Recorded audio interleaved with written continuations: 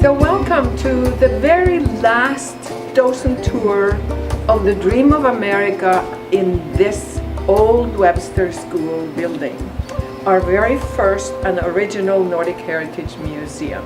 This is very, very special because now we are moving into our world-class, gorgeous new museum. So this is a little nostalgic to say goodbye to this beautiful exhibit.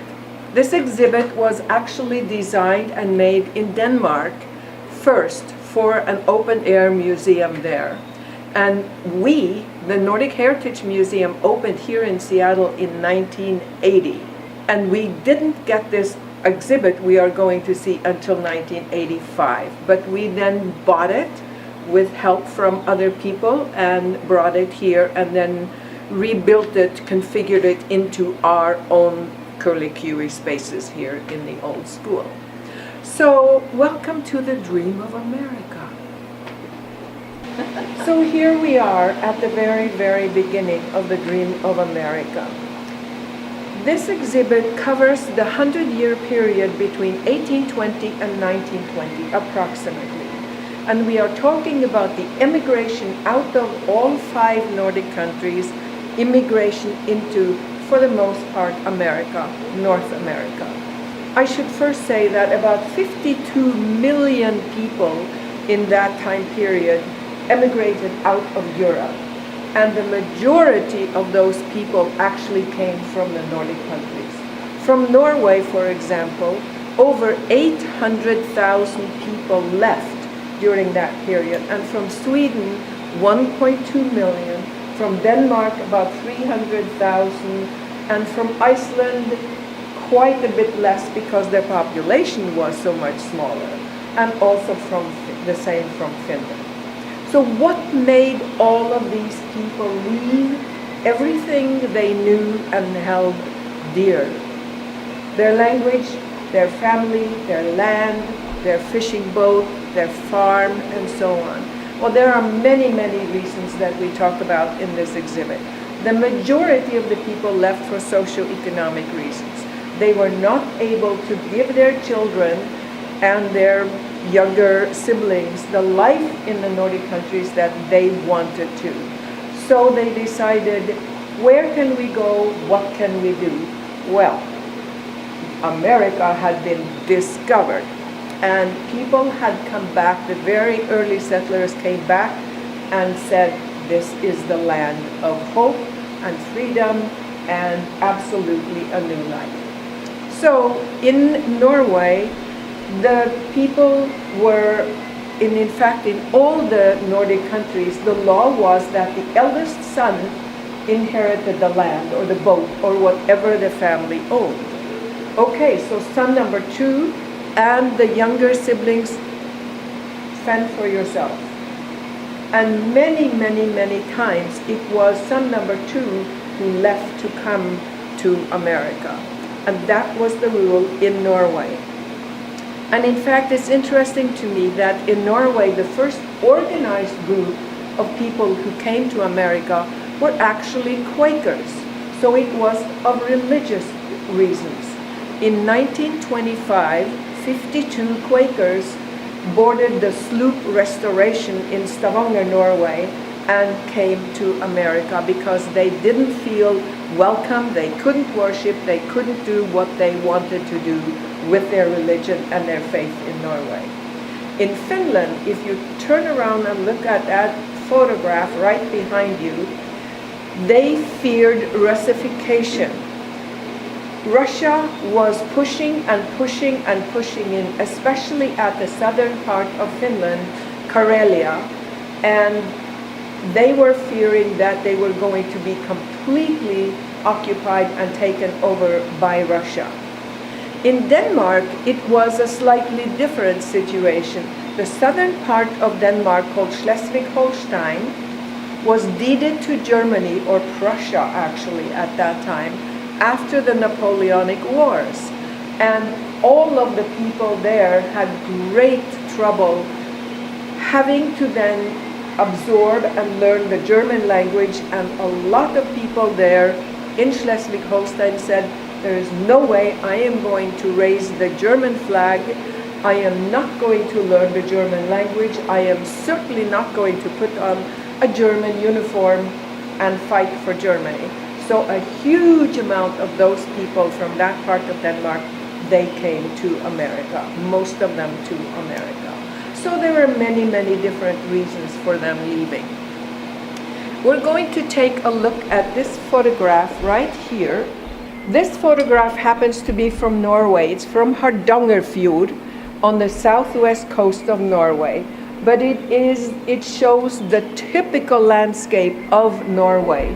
The fjord coming right into the rocky coast, rising up from the water. There is a narrow, narrow strip of tillable land before the mountains then rise beyond. So the people in this rowboat, they have said not just goodbye or ha det, as we say in Norway, or see you later. They have said farewell because they know. And if you look at the little stone pier at the upper third left of this photograph, you see Grandma and Grandpa on that stone pier. They know, and the people in the boat know, we are never going to see one another again. So it must have been a very traumatic decision for these people to come to. Now, why are they leaving in a rowboat? They are coming from in a fjord, so they row out to the next stop where a bigger boat can come in, and then they are going to either Oslo, and from there, very often to Liverpool, and then they get on the large transoceanic boat to come to America. So here we have this gorgeous big Dalahäst, typical of Dalarna in Sweden.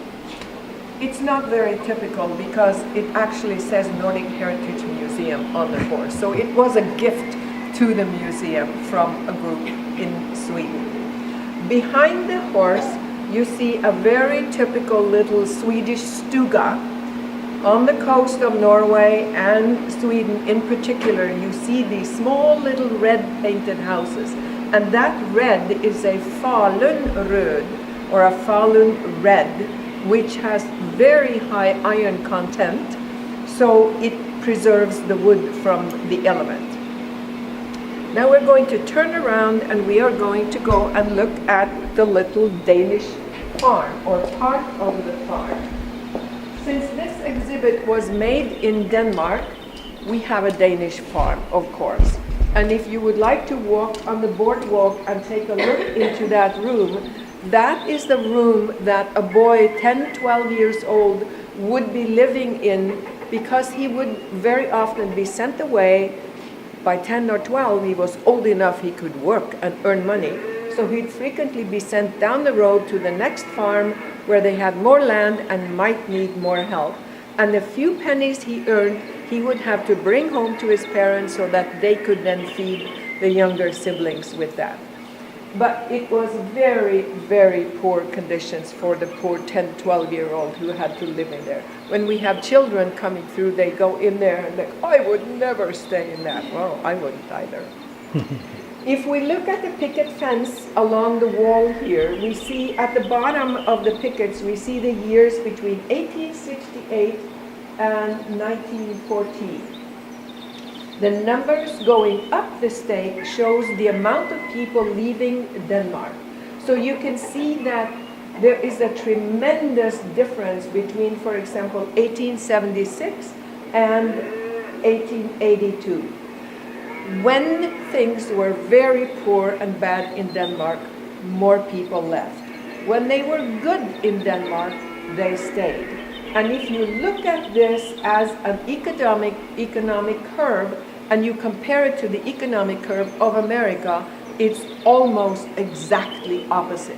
So things were better in America, very poor in Denmark, they came to America.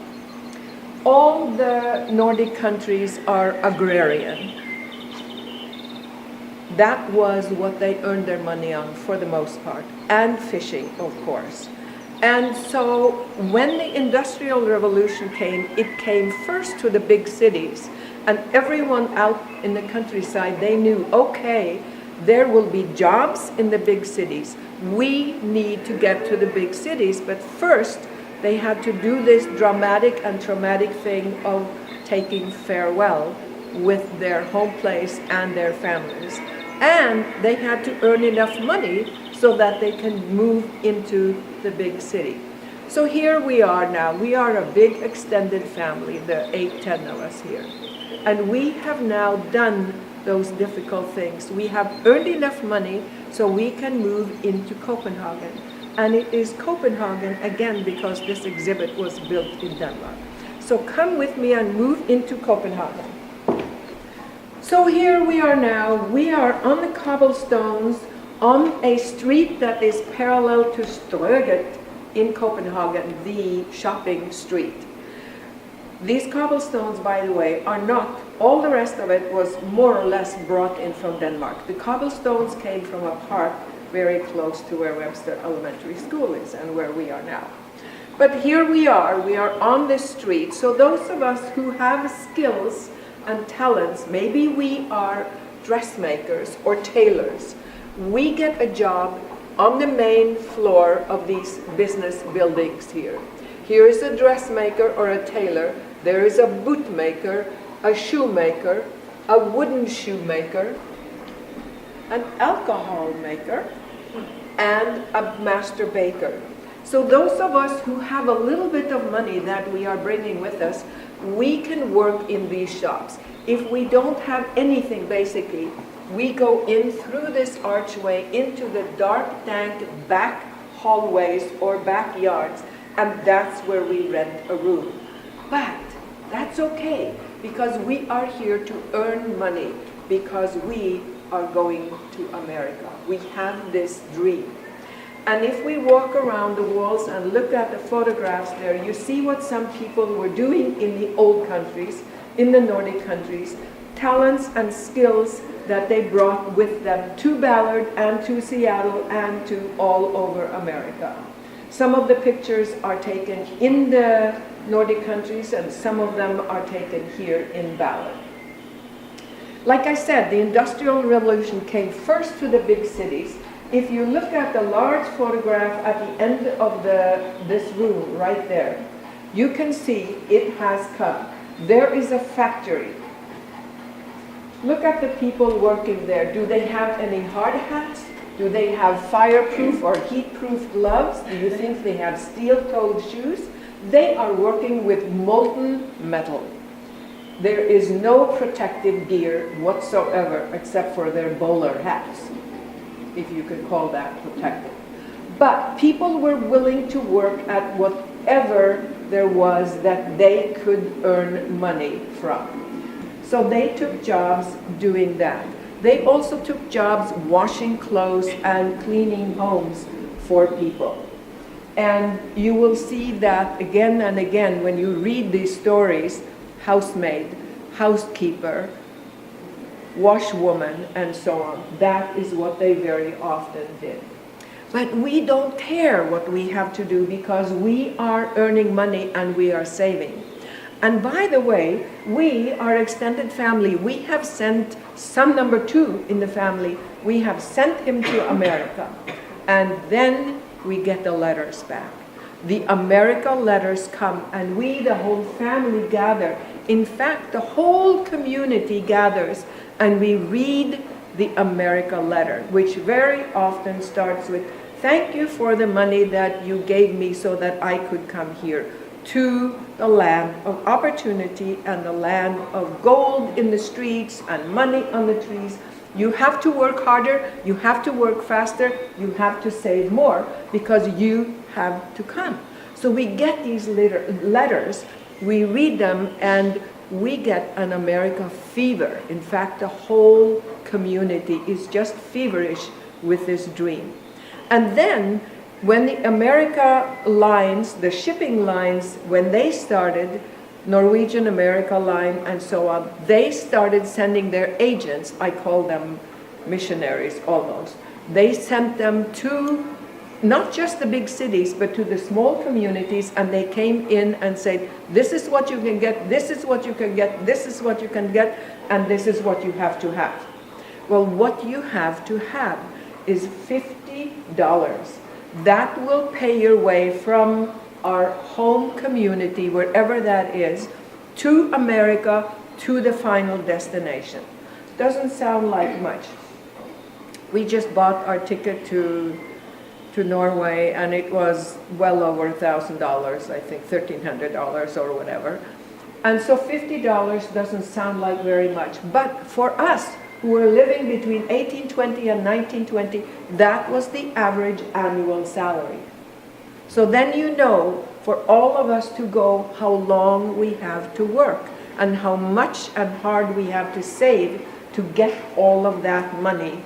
And the shipping lines say, by the way, we will give you space and fresh water only. You have to have so many pounds of pork, you have to have a barrel of salt herring, you have to have a bundle of dried fish, you have to have so many eggs, you have to have so many pounds of bread. Because our trip, we are traveling so early that we are going on a sailing ship. And our trip may take up to 12 weeks. So we have to have food enough for all of us to last for 12 weeks. So in addition to that, in our back pocket, we have to have $25 to start per person to start our new life in the new country. But by golly, we have saved and worked, and we have it now. So we start toward the ticket office.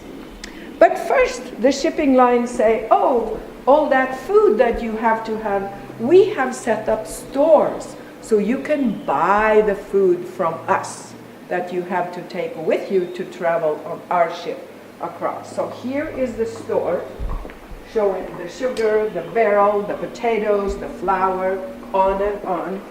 And on the right-hand side here, we have the little ticket office. To buy a ticket, you have to sign a contract with the shipping line. They will put us through a very thorough physical and mental exam. They will examine to find out whether we have been jailed or whatever.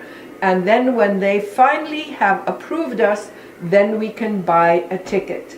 And now we have done that, so we can go on to the pier.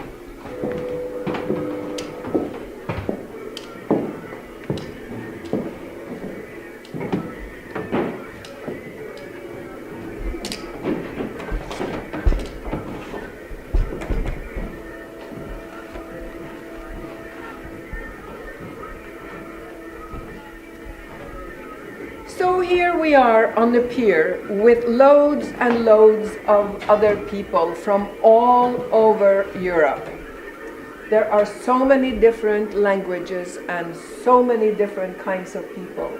Some people, by the way, in the Nordic countries who were either undesirables because of their political views, or if they were poor, if they were paupers, the country would actually would give them a one-way ticket and say, here, you go away.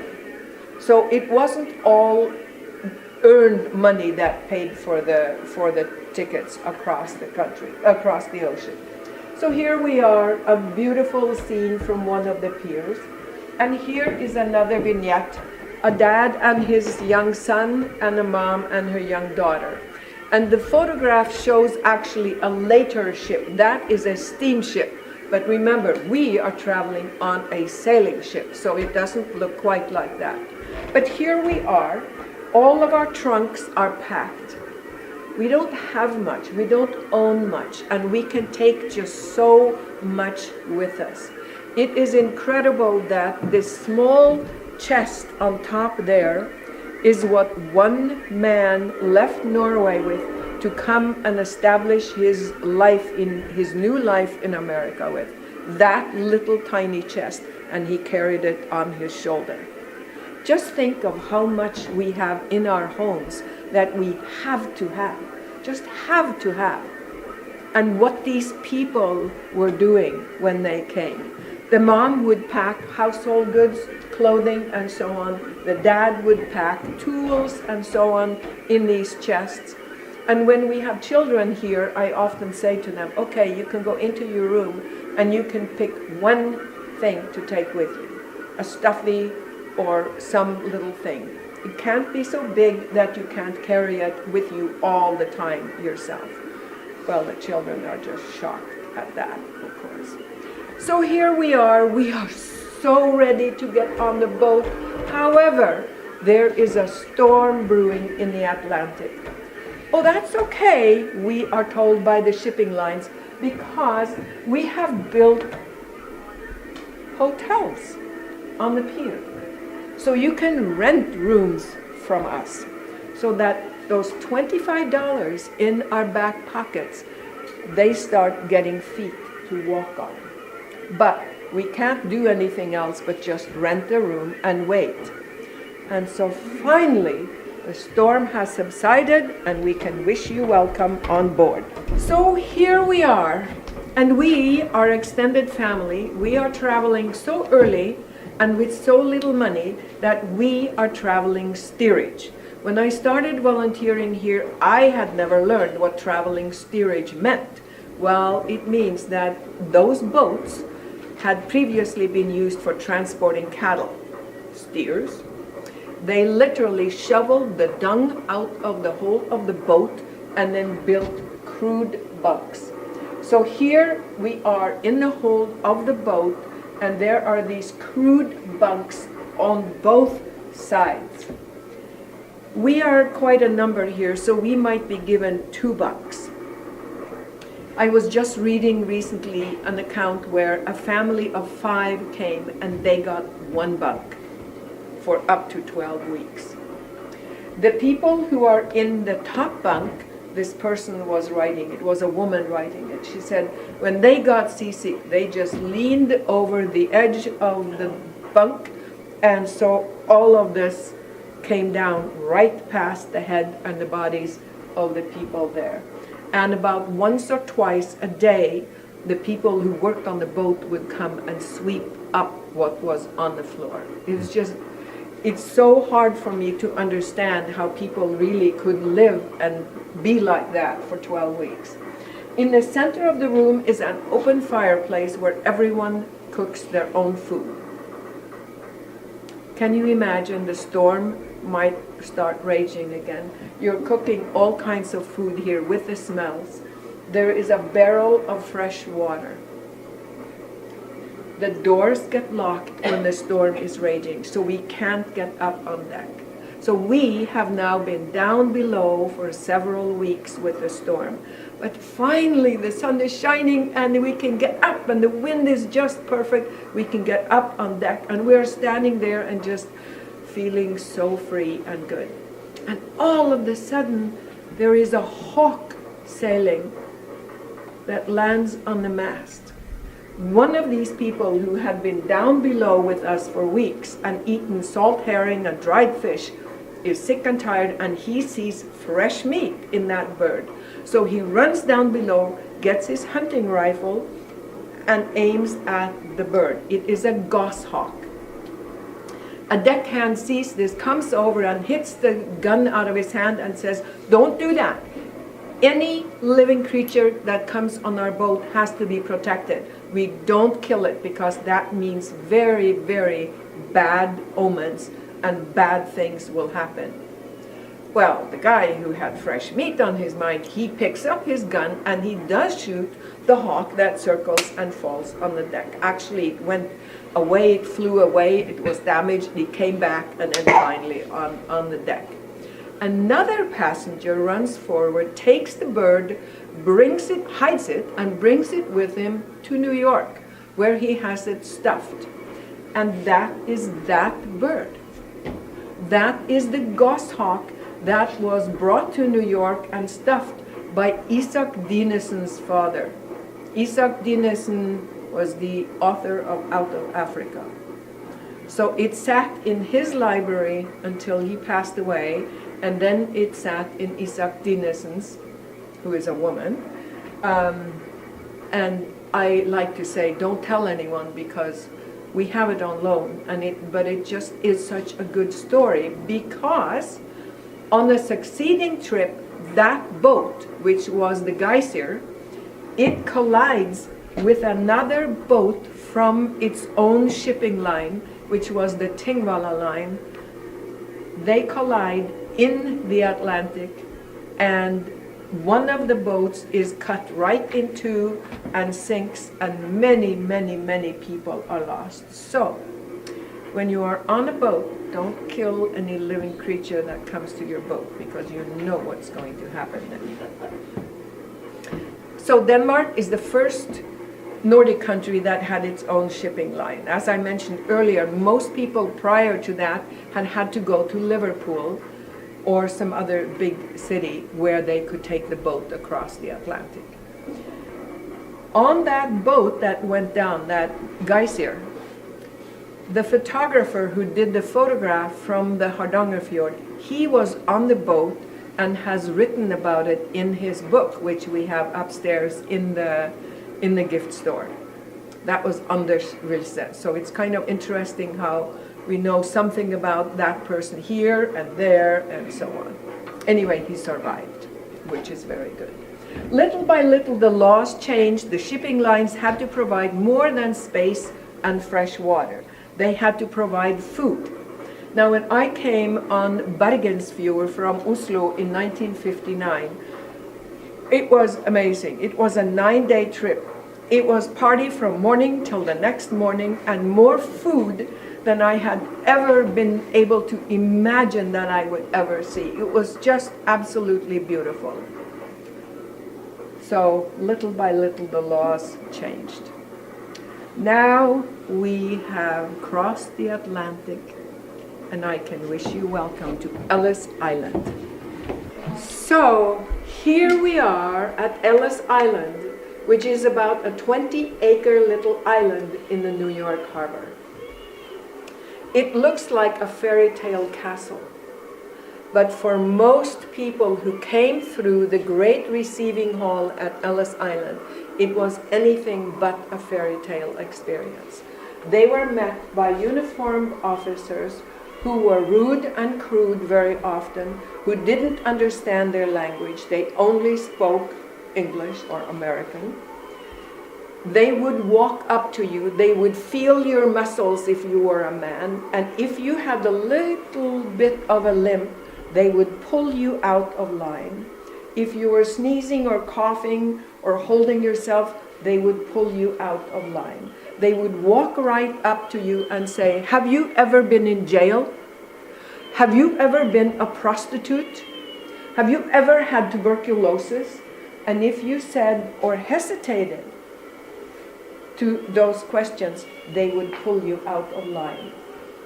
And then, if you were sick, you would be sent into the hospital room. Sometimes a child would have a cold or be sick, and the child would be in the hospital room while the whole rest of the family would be sent on shore. Can you imagine that? Ooh. Anyway, this picture right in the corner here is quite something. It shows what they did with people's eyes. The shoe hook, they would come up to each person, they would turn your eyelid inside out and look underneath the inside of your eyelid. They would turn your lower eyelid and look. Okay, Eric, don't faint. If they saw redness or sores, you would be pulled out of line. That meant that you had trachoma, which was an incurable illness of the eye that would lead to blindness. So it's not glaucoma, but trachoma. Do you think that they disinfected that shoe hook when they went from person to person? Can you imagine having that done to a whole boatload? There were up to 2,000 people that came through this big receiving hall every single day. So that shoe hook went from person to person to person to person to person. So we have now been here. One of the stories that happened, it was told to me by Marianne Forsblad, our first director of the Nordic Heritage Museum. She told me there was a family from Sweden. The father was named Hjalmar. He's first in line, then his wife and 4 sons. And Hjalmar was questioned and finally found to be okay. He had to pull the $25 out of his pocket and show that he had the right amount of money to be able to come into the country. And when he is shoved out of line, he sticks the same $25 to his wife, who sticks it to son number 1, and then it goes to son number 2, 3, and 4. So here came 6 people to start their new life in the new country with $25. That was what they owned. You have to ask, is this absolute stupidity, or is it this insane dream and this huge, huge hope for a better life? So now we have gone through, our family, we have now gone through, and here we are sitting on a bench waiting for a little ferry to take us across the New York harbor into the city. Now I want you to think back on that little tiny community in Hardangerfjord that we looked at, with those few 3-4 wooden structures and the little strip of tillable land. This is what they are looking at now and what is waiting for them. I had an elementary school class here, and I said, okay, what do you think the mom and her little girl are thinking and feeling? And one little girl said, oh, they are scared. And I said, who do you think is more scared, the mom or the little girl? And one boy piped up and he said, oh, it's always the moms who are more scared. I know what these people are feeling. When Bergensfjord came into the New York harbor in August, last day of August in 1959, I'm standing at the railing. We came into the harbor at night. We were not allowed off the boat until the following morning. So I'm standing at the railing looking at these millions and millions of lights of New York City. And I'm thinking, oh my God, can you please make this be Oslo? And of course, it was New York. And I got into the city and through the city and on an airplane and flew to Seattle and came into Seattle that evening. And I am looking down and I see another sea of millions of lights. And I'm thinking, oh God, can you please make it me Oslo now? You didn't do well with my last request. But of course it was Seattle. So here we are. So now we are taking the ferry into the city of New York. So here we are, and this is what we are inundated with, these huge tall buildings, none of which we have ever seen before, huge signs, none of which we can read, languages, none of which we can understand, smells, people selling things, people buying things, people with all kinds of dress and clothing we have never seen before. But we are in New York City, and then we get to where we are going to be living. So here we are. Is this our dream? Is your dream starting to feel fulfilled? Is it coming true?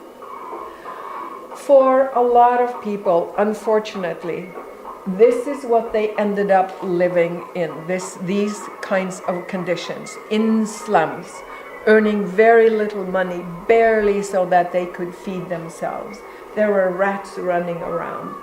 People from all over the world settled in New York, living in these slums. It was one hellish life for many, many. One Danish carpenter who came, Jacob Riis, he came as a carpenter from Denmark, but he started traveling the country and into these immigration slums and taking pictures and writing. And he sent the letters and his photographs to Teddy Roosevelt, who was then the president. And Teddy Roosevelt and Jacob Riis became fast friends. In fact, at one point, Teddy Roosevelt said, "I think Jacob Riis is the best American I know." So little by little, the laws had to be changed, more care given, more thought given to immigrants who came into this great country. But for many, many people, they never got out of New York. And their dream was just dissipated. And these letters that they had been sending, perhaps from just when the boat was arriving, when they first came to New York, the letters became fewer and farther between, and very, very few words. We have an example of that in our own family. My maternal grandfather had 3 brothers who left North Norway. One of them they never heard from. We have no idea what happened to him. The second one got a job, immediately earned lots of money, came home to Norway as the big American guy and showed himself off and said, "Oh, this is way too small, I'm going back." We have never heard from him again. The third one ended up settling in Westport, Washington. He was a fisherman in Norway. He first worked on these big transoceanic liners, and then he settled in Westport and became a fisherman. When Eric and Leif were just little toddlers, Leif was a baby still, my husband said, "Let's go to the library downtown Seattle and get the big phone book, and I bet you we'll find your uncle there." We went down to the library, and lo and behold, in that phone book is the name of my grand uncle. It said Barney Stoltz, not Bjarne, which was his birth name. And I called. I get this old man's voice on the phone, "Hello?" And I said, "Is this Bjarne Stoltz?" "Yeah," with a big question in his voice. And I said, "This is," and I gave him my name and who I was. I was his brother Peder's granddaughter, and started to explain. And all of a sudden he just says, "I can't talk. You have to talk to my wife." And he was just sobbing. So his wife came to the phone and she said, "Who is this who is making my husband cry?" So I explained to her who I was, and she said, "Oh, you have to come. You have to come this Sunday. Come and visit us." So we took the little boys with us and went down, and on the main drag in Westport was this little white house, and on the stairs, on this porch, stood this man who was a spitting image of my grandfather. That's when I lost it. That's when my tears came. So we spent the day with them, and finally, at the end, I took him aside and I said, "Uncle Bjarne, can you tell me why you stopped?" Oh, he had been writing letters so faithfully all the time, and then nothing. And I said, "Can you tell me why you stopped writing letters?" And he said, "Well, look at me. I have nothing. I am nothing. I never was able to buy my own boat." He said, "There was nothing good to write home about." And I said, "But they still love you back home." And he said, "Oh, don't say that. You're the first relative I've seen in 65 years. So I'm telling that because it is typical of many people who never got beyond New York, who never had their dream fulfilled, who never, if they were given money by their families, who never were able to pay back or do anything for their families. So, but we who are agrarian, we are farmers and fishermen, there's not much farming and fishing we can do in New York, so we hear about the Minnesota territory. So we are going to move west, and we leave New York on the wagon train. We have traveled past Pennsylvania. A lot of the Swedish people who came on the boat with us, they settled in the Pennsylvania area and started a colony there. a lot of the Finns who came on the same boat we did, they settled around the Great Lakes. In fact, the American government sent their agents to Finland to recruit miners from the mining areas in Finland, and a lot of them settled here. But we, who are farmers, we settled in the Minnesota territory. And here, we are here because there is a law that is enacted which gives each person, each adult in the family, 160 acres. And so we are 2 in the family, husband and wife, we get 320 acres. Well, when you think back on that area along the Hardangerfjord, which is so typical of Norway, when we know only that little strip of tillable land, to be given 320 acres, it must seem like we are given half the world. So, when we get that land, we have to sign a contract that in 2 years, we will have proven that we can make that land work for us and feed us and our family. And in the same 2 years, we also have to build a house. And that house has to have 1 door and 1 window.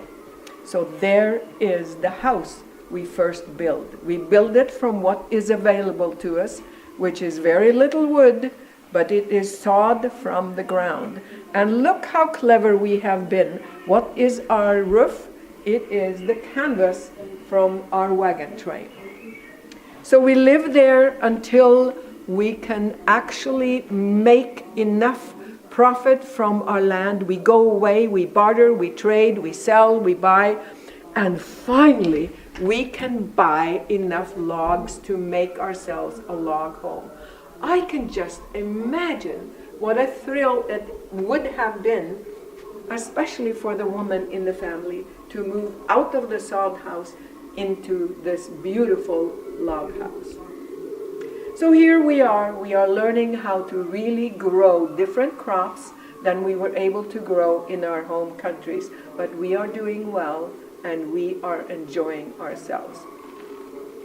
Here are some of the pictures of the sod homes. And by the way, the voice you hear in the background, that little alcove there, it's America letters which are being read, that were sent home to the families in the Nordic countries. So here we are. We have done so well that now we have built this gorgeous, gorgeous Midwestern house. And it is a true beauty. And we can finally unpack our trunks, which has grandmother's hand embroidered and hand knitted and hand crocheted items. We have even earned enough money so we have bought ourselves an organ. We are doing well in the Midwest. And the first public building that was put up in any Nordic community was always the school. And here we have a school house. I love this little room because it reminds me of the school where I first taught in the Lofoten Islands. It was a one-room schoolhouse, and we had desks very much like this, with a stove in the corner that I had to feed every day, all day during the winter. Anyway, on the blackboard we can see that these people are learning, the children are learning English. And the people realized there is one thing that is necessary before we can really become successful, and that is learning the language. So who are the first ones? Of course, the children. And to me, it's interesting that with the immigrants today, there are so many parallels with the immigrants of many, many years ago. The first people in the family to learn the new language, the children. The second one in the family to learn it is the father or the man in the family who is out and among other people working. The last one is the mom or the woman in the house. She is the carrier of the traditions, and she's the last one to learn and really embrace all the new things, the language, the culture, and so on. It's interesting that when they realized that they had to learn the new language, They became so eager that they started newspapers, they built schools with just the Nordic language, and so on and so on. They started stores where there was only the Nordic languages spoken. In fact, it got to be so bad that when Warren G. Harding was governor of Iowa, he proposed to the government that a law should be enacted that forbid any Norwegian, and this was Norwegian, by the way, that should forbid any Norwegian to be used in school, in newspapers, on radio, and so on, and it should even be forbidden on the telephone. Of course, that law was never passed. But when you think of the immigrants of today and their clustering, when there is one family settling in one area, pretty soon there are 2, 3, 4, 5, and it was exactly the same with the Nordics when they came. So we're in the Midwest, but we hear about all the wonderful fishing all up and down along the west coast of America. And we hear about the gold rush. So many people head west leave their farms and their land that they have worked up in the Midwest and come west either for fishing or for the gold rush. I don't know how many who got rich on the gold rush, but I know that millions got rich on the fishing. We know that for sure. And of course, Ballard became the fishing capital of the world, I like to say. And that was sort of the center for fishing all up and down the west coast of America. So we have now traveled, our little extended family, we have traveled, we have left, and we have come to Ballard. And the rest of this exhibit in this area was actually made in conjunction with the Ballard Historical Society. And here we have a very typical Nordic house. I can still drive around Ballard and I will look at a house and say, aha, that was made by a Nordic, and that's a Nordic house, and that's a Nordic house. There's just something about them. So here we have this beautiful Nordic house from Ballard. And now we are going to cross the railroad into Ballard. Ballard was a city all to itself until the early 1900s, and it got the railroad before Seattle, and Tacoma also got the railroad before Seattle, and Seattle was furious. So we're going to cross the railroad tracks and go into the city of Ballard. Here is the first city hall in Ballard with a tower with a bell. And that bell was silent for the longest time, for years and years and years. But one woman took it upon herself to start a campaign to get the bell fixed so that it rings. It doesn't look like that, but there is a structure built for the Ballard bell, and it still rings. So that is one very, very good, one good woman's good work. And this is the, what do you call that? The plaiting map of Ballard. Look at that. Doesn't that look square and straight and Nordic? To me, when I look at that, that is so typically Nordic. There is just nothing but square orderliness there. And that's the plaiting map of, the city map of Ballard. And I mentioned that the school was always the first public building that was put up in any Nordic community. The second public building was always the church. And we tried to make a generic church here. However, the minister, whose statue is in there, is Pastor Hovik. He was a Norwegian Lutheran minister, and I'm sure that that's Luther investments on him, so we haven't been able to be very generic here. But Pastor Hovik was a very well-known and loved minister in Ballard for many, many, many years. The statue of him and the statue of Lars Brekke, back there, was made by Brekke's grandson. And evidently these two fellows look exactly like the way they used to look when they were alive. So this is Pastor Hovik. This is the first city hall in Ballard, and the interior here is the actual interior of the first post office in the city of Ballard, which we are very pleased to have here. This corner apotek, or drugstore, was established by an Icelander, very, very close to where we are now in the museum. And Lars Brekke's Blacksmith Shop is still alive in Ballard. It is now called Brekke Welding. But there he is. Lars Brekke was a man short of stature, but with a huge brain and a very creative mind. When he was given a job to do, he very, very frequently had to make the tools that he would need in order to do the job he would be paid for. And we have been so fortunate to get a lot of the original handmade tools made by Lars Brekke. Here we have one of the beloved policemen in Ballard. This is an Icelander who was 7'4", just a huge, huge man who was truly loved and admired. And when he died, his grave was nothing. He was actually buried without any kind of marker or anything. And I forget what year that was, 1927. This year, correct? This year, a group of policemen took it upon themselves to get enough money to get a proper burial headstone for him.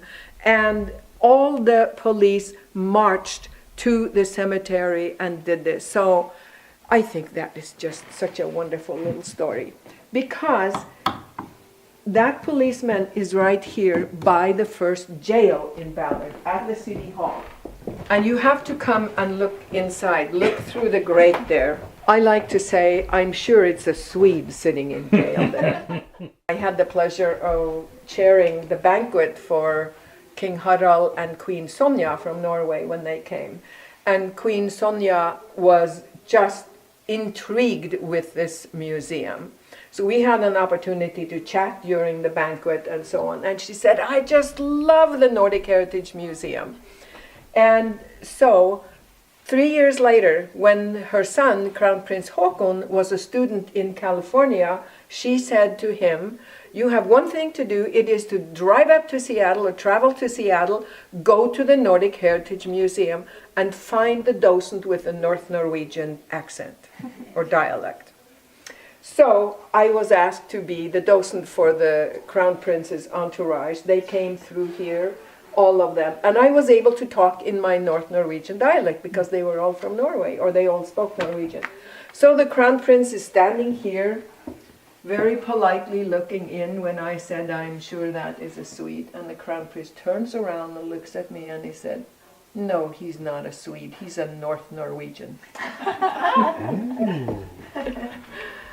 So here is another boat that we need to, or a boat that we need to talk to, or talk about. This is Constitution. It was owned by a Norwegian by the name of Knudsen, who also lived very, very close to where this museum is. He had worked on the dories. Usually a dory is sent out in the morning with 2 people in each boat, and they fish and get enough halibut, and then they come back to the mother boat and unload, and hopefully, maybe, can go out again and do the same. Anyway, Knudsen had worked on the dories enough so that he had been able to save money and he could buy his own boat. And he was able to do that the year he became a citizen and the year he had his first child. A very proud boat owner. And it's typical of so many of the fishermen who came here to Ballard and started working. I was here with a group of ministers some time ago, and I was telling the story about Knudsen, and then one of the ministers said, oh, did you hear about the fishermen who were standing in front of the judge? and were going to become citizens. And I said, no, I don't think so. And they said, yeah, here they were, a whole group of fishermen, and the judge is asking them one by one, okay, have you read American history? Yeah, I've read history. And so on. And have you learned anything? Yeah, learned a lot. And so the judge asked, so what do you know about the Constitution? Did you hear she came in this morning with 2,000 pounds of fine halibut? So the Constitution means a lot of different things to people. So Ballard early on became this very, very fine fishing center on the west coast. So we talked about some of the people who were having trouble getting their life started in a good way in America. But there are so many more stories of success and really fine work and a beautiful, rewarding life in America. This is Karsten's shoe repair, and it's one of the examples of one of these people who came to Ballard, started a shoe repair or shoemaking shop here.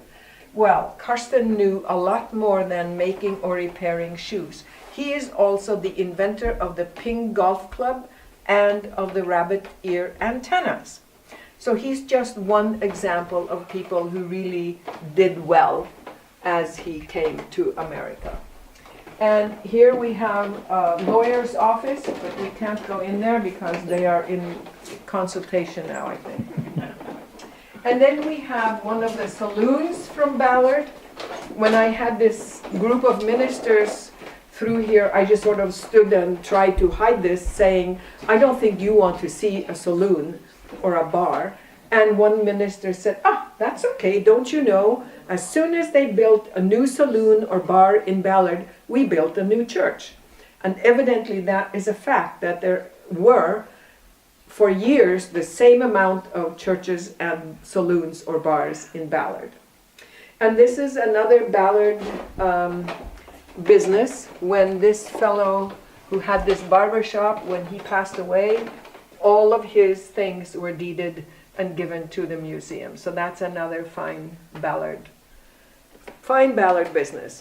The large photograph here is of the early Ballard Bridge when it was made from wood. That was a beautiful, beautiful structure. Wow.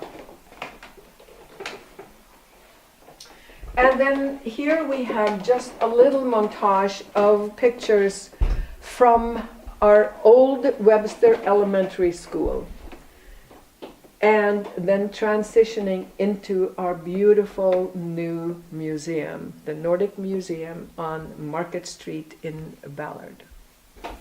So I hope everyone will come and see this glorious new museum.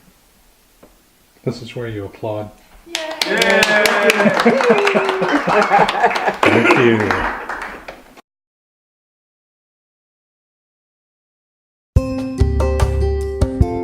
The poem is called Silent Settlers. Some arrived in luxury, and some arrived in chain. Some were met with open arms, to some it was in vain. To some it looked like paradise, to some it looked like hell. The many, many millions had different tales to tell, but in their hearts they had a song, with hope as common theme. They had a goal, they had a will, but first of all, a dream. And I think that just tells it so beautiful about this exhibit that